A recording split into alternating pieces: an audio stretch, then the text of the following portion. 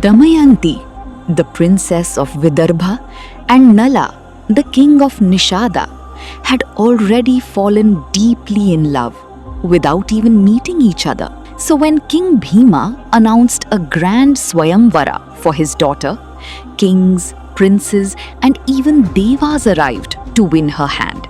Nala was invited too, but on his way, something unexpected happened. Nala met 4 Brahmins who revealed themselves to be Indra, Agni, Varuna, and Yama. They asked him to go ahead and announce their arrival at the Swayamvara. Bound by duty, Nala agreed, even though it meant stepping back from competing for Damayanti. At the Swayamvara, Nala openly declared this. I am Nala, king of Nishada, and I have come for Damayanti. And before anyone could react, another Nala walked in. Then another and another. Within moments, there were 5 identical Nalas standing before everyone. The Devas had taken his form. All eyes turned to Damayanti. Calm and composed, she made a simple request. She wanted to see all 5 under the sunlight. She observed them carefully and within seconds made her choice.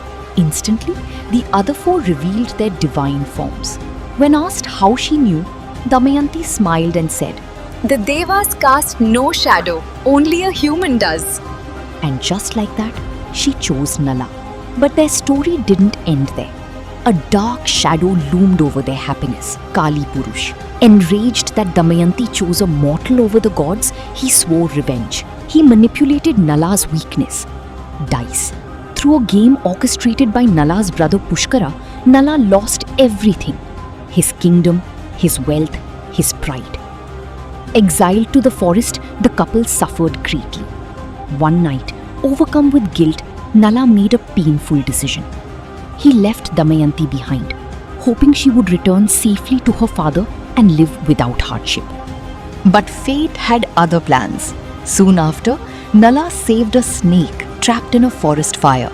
The snake bit Nala. In an instant, Nala transformed into a deformed dwarf. But this was no curse. It was protection. Hidden in this form, Nala could rebuild his life without being recognized. Nala, now known as Vahuka, reached Ayodhya. There he served King Rituparna. Nala taught him horsemanship and in return learned mastery over dice, the very game that had destroyed him. Meanwhile, Damayanti was searching for Nala relentlessly. After wandering through forests and kingdoms, she finally heard of a mysterious man, skilled, wise, but not resembling Nala. She had a plan.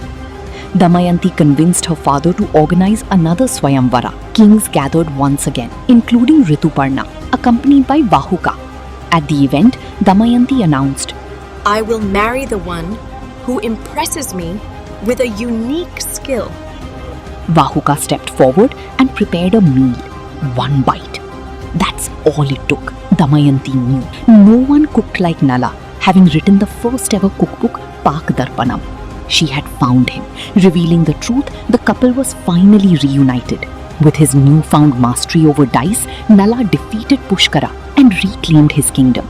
And after trials of love, loss and destiny, Nala and Damayanti lived happily ever after.